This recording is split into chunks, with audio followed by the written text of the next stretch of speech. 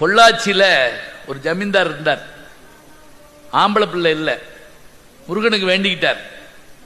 ஆம்பளை பிள்ளை பிறந்தா 10,000 வாழைப்பழம் பஞ்சாமிரதத்துக்கு கொடுக்குறேன்னார். அதே மாதிரி ஆம்பளை பிள்ளை பிறந்தது.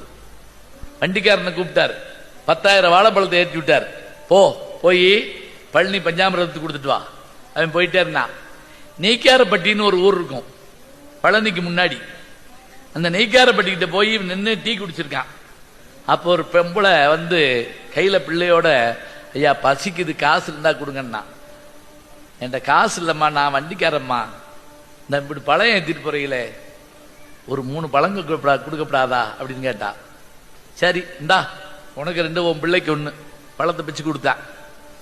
வண்டி போயிடுச்சு. போய் பழனியில் கொடுத்துட்டான் பழத்தை. பில்லு போட்டு வாங்கிட்டான். ஜமீன்தார்ட்டு கொண்டு கொடுத்தேன்.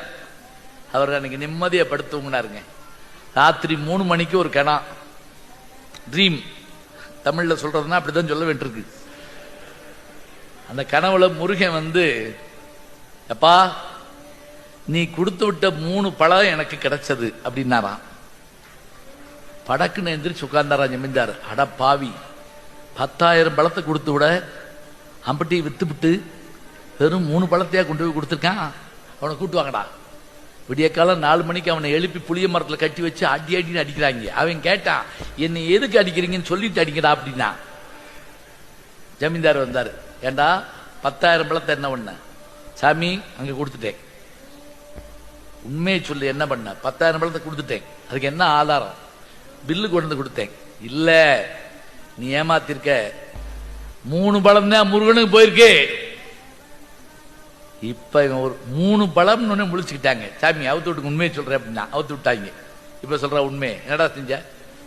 சாமி போற வழியில ஒரு ஏழை பொம்பளை பிள்ளைய கையில வச்சுக்கிட்டு பசின்னு கேட்டா, இந்த முருகனுக்கு கொடுக்க வேண்டிய பழத்துல 3 பழத்தை பிச்சு கொடுத்தேன். அதுதான் நான் செஞ்ச தப்புன்னா.